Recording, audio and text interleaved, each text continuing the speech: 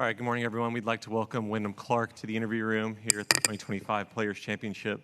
Wyndham making your sixth appearance here this week, the T2 last year. Is there anything that you, I guess, sort of unlocked with your approach to how you attack this golf course and that kind of led to your success in 2024? I don't know if there's anything specific to the golf course. Definitely more just where I was at mentally and where my game was at. I was playing really nicely, and I stayed in a good groove. I would say as my games progressed, I'm able to hit some of the tee shots I always kind of struggled with, which would be like hole 2. Any of the holes that maybe were draw holes, I traditionally have struggled in the past. And, last year I was able to hit those shots. So as far as anything about this golf course, I don't know if it's anything specific, but definitely just was in a good mental state. And then just since you mentioned some pieces of the golf course, some of the new tees and obviously the tree on 6, I guess, what have you kind of noticed about some of the changes they've made here last year? Yeah, I mean, it's always tough because I think this golf course is really good and don't always love some changes. I think lengthening it on 2 is probably good. It's now, you still have you have to hit 3-wood or driver, as before maybe you could hit something less. So I like that change. 6, I'm indifferent about. I get bringing the tree back. That was kind of the cool thing, when I played the junior players here, and when you play this, 7-8 years ago. The only thing I don't like is depending on conditions, if they play it all the way back, it's almost too penal of a hole. I mean, you have a narrow. I thought it was a great short hole to begin with. It was a narrow tee ball. You hit it anywhere from 220 to 250, and you're in a great spot. Well, now that area is 240 to 270, and if you get into the wind, I mean, if you hit a 3-wood, I think you're going to hit the top of the tree. So I'm hoping they just play it from the middle of the tee box, so it's not too big of an issue, and it's more of an aesthetic thing. I have not seen the back 9, so I haven't seen 11 or 16 yet. Awesome. All right, we'll open it for questions. We'll start over here with Brody on the right. Wyndham, a year ago you win Pebble. You're going head-to-head with Scotty. It seemed like every week for a few weeks there. I'm just curious, looking back a year later, where did you really feel like you were in the pantheon of golf at that exact moment? Man, it's tough because I was playing really good golf. I didn't start the season off great, and then boom, I win at Pebble, and then from there I just started playing some awesome golf. Bay Hill, 100% tipped the cap to Scotty. I played nice golf. He just played better. This one really hurts. I just go back to that day specifically on Sunday. I mean, I missed a 4-footer for eagle on 2, missed a 4-footer for par on 10, and I left a 12, 13-footer for eagle on 16 dead short in the heart.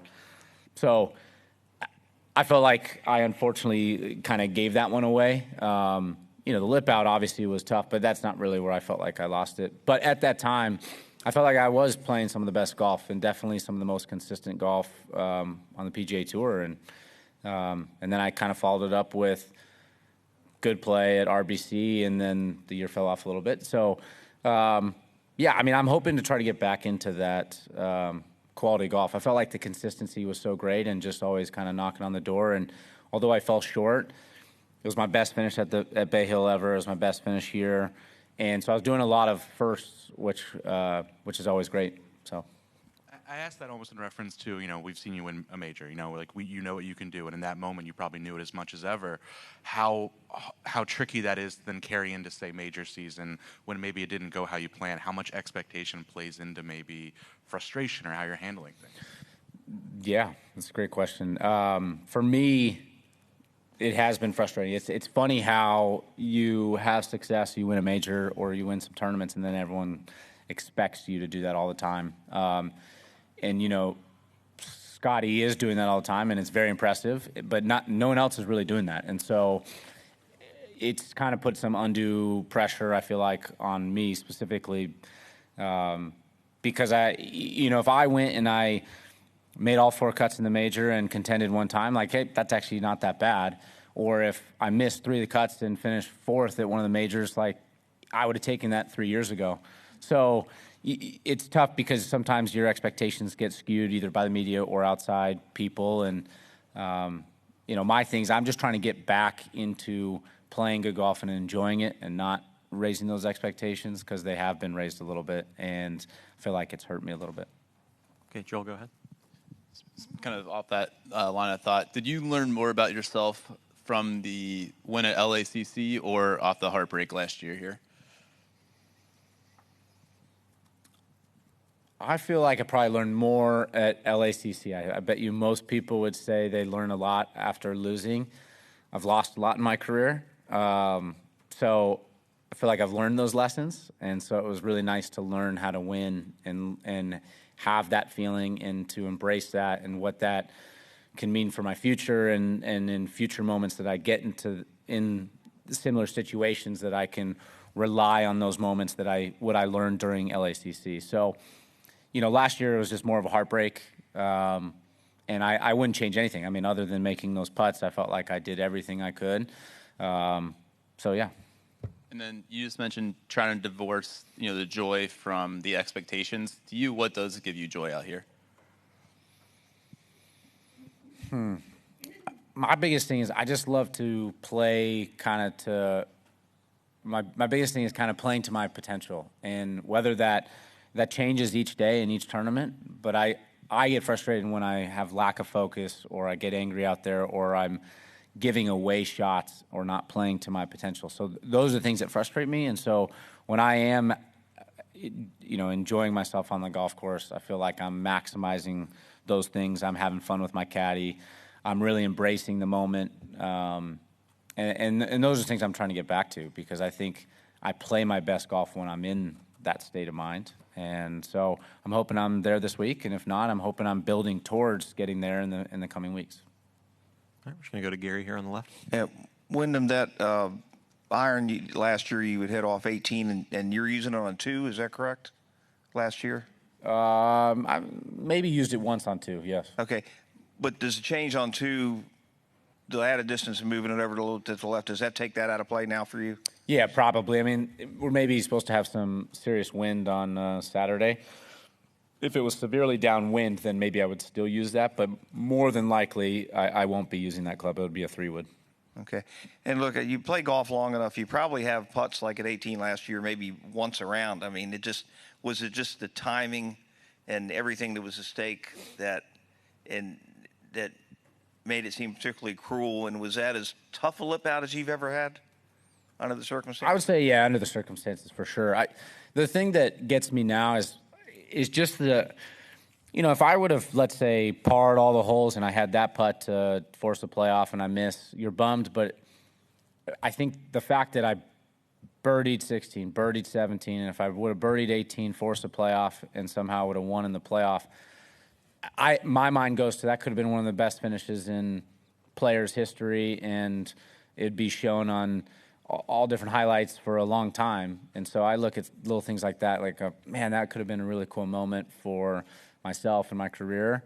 So, yeah, the timing is just unfortunate. And I also think the fact that it looked like it was in multiple times, like it was on the high side of the hole, looked like it was going in dead center, then it looked like it was lipping in, and then it came right back at me. So I just think it was all of that combined that kind of made it unfortunate. And then you the first couple of years here, it was a little bit rough on you, but the last couple of tournaments here, did you play well enough to make you realize that year in and year out, you have the game for this course and that you'll be there if you're playing well?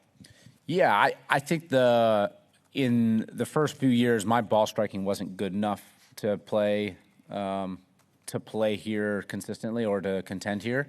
I think as I've done some things with my equipment, I've worked on my swing, and now that I feel like I am becoming a good ball striker, I'm able to play this golf course, and I feel more comfortable. I used to almost have demons or fear on a lot of holes, and now I don't really even see those bad shots or those areas that maybe I would have before. So, so now I feel like any year I could come here if my game's good and contend and maybe win. Okay, we'll go to Dan. The internet was very quick to bury you last week about that drop situation, and then the video showed that you were right. It did roll into its own pitch mark. Are you aware of any of that? Do you care at all? Yeah, well, I mean, obviously I found out after the round. I didn't know. I have a few comments on this rule in general, but I didn't know. So I approached scoring, and they approached me like, hey, there's something that it's going to come up in media about your drop on 3, or what happened on 3. And I'm like, on 3, I hit in the middle of the fairway, hit on the green, 2-putt. I go, what are you talking about? And he goes, oh, it's your drop. And I was like, well, what do you mean? Did I do an improper drop? And he said, well, we didn't know if you were plugged. Long story short is you're okay. So then they show me the video. And then it leads me to thinking, well, how are we supposed to know? I mean, we were 300 some yards away. The ball just hit. We didn't see the ball bounce from our distance. And we get up there and it's plugged. Like, how was I supposed to know? No one told us.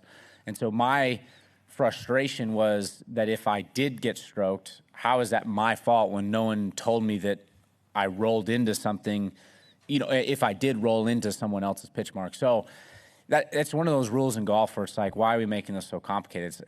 I can't see that. And if the walking, you know, if the volunteers don't tell me and I get stroked for something that I didn't know happened, it kind of seems unfair. But I am glad that it was correct because I wasn't trying to cheat by any means. We just walked up, ball was plugged, took an unbedded ball roll. So. And then the second question I had is, you're number 8 in the world rankings. Data Golf, which kind of compiles everyone, has you in like the 40s. Do you pay attention to any rankings anymore? Like, is it at all relevant? Not really. I mean, I think it is relevant, but I don't look at it. I don't like that I'm dropping in world rankings, but yeah, I don't really look at it. I mean, obviously I know because people constantly tell where you're at, but it's not like I'm looking each week, oh, if I do this, I'll jump. I have a place where I'd like to be in the world, and I'd like to move up, but at the same time, I'm more focused on, like I said earlier, getting back to me playing good golf, feeling comfortable on the golf course, enjoying the golf, and then look up and see where we're at. Alex, go ahead.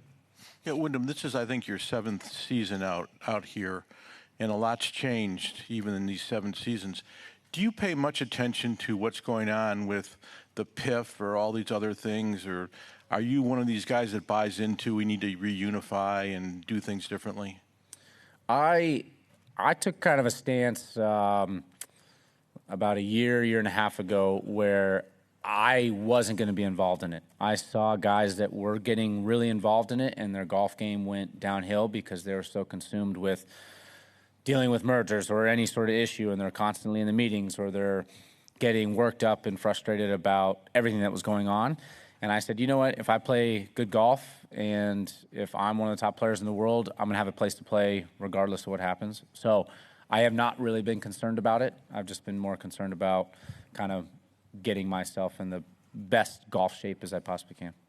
So whatever the result is, it's the result, and you're not really worried about it?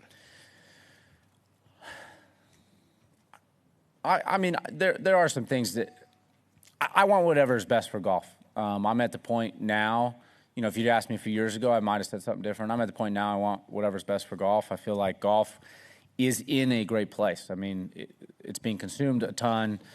People are loving golf. More athletes are playing golf. We have shows about golf. We have Live. We have TGL. We have so many different avenues for people to watch and consume golf. I just want whatever's best, and I want the highest level to be adored and loved like I love it. And so that's where I'm at, is I just want what's best for professional game. All right, we'll do a couple more. We'll do Gary, then Mark. Wyndham, do you recall the first time you played the 17th hole here, even if it was like as a junior? What did it feel like, and how did you fare? The first time, the green was way bigger than I thought it was going to be.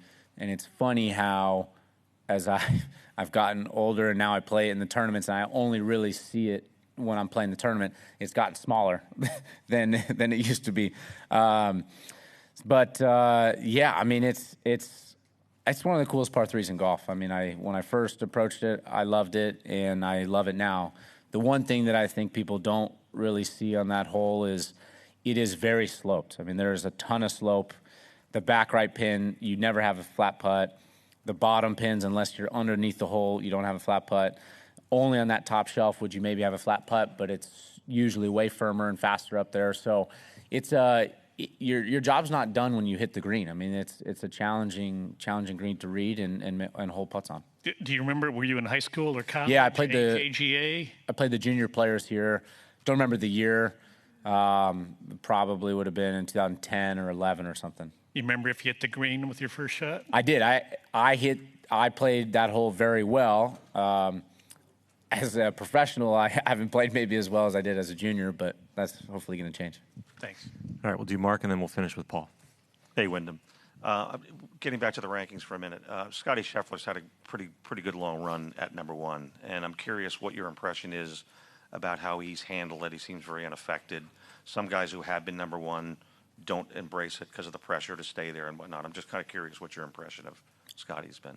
Yeah, I mean, Scotty is the closest thing to Tiger I think any of us have seen. He not only is number one player in the world, he embraces it, and he shows up every week and almost wins or is in contention and or does win. And it's very impressive. I mean, I think he's kind of the mark we're all trying to get to, and I have nothing but respect for everything that Scotty's doing, and I love that it doesn't affect him. It hasn't gone to his head, and he just continues to be Scotty and goes about his way. Hey, Paul?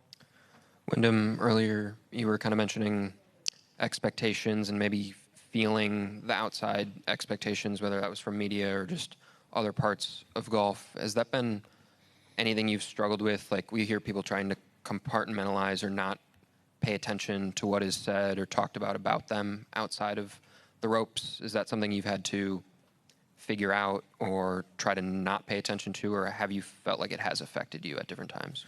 No, I don't think that part has affected me as much. It's more of the internal expectations of me trying to play good golf and just wanting to be in those, in contention a lot, winning the big tournaments, doing more of these in front of you guys because I've done something great or you think I'm going to do something great. Those are maybe where some of the expectations come from. Nothing as much off the course. All right, Wyndham, thank you for the time. Yeah, Best of thanks, luck guys. this week.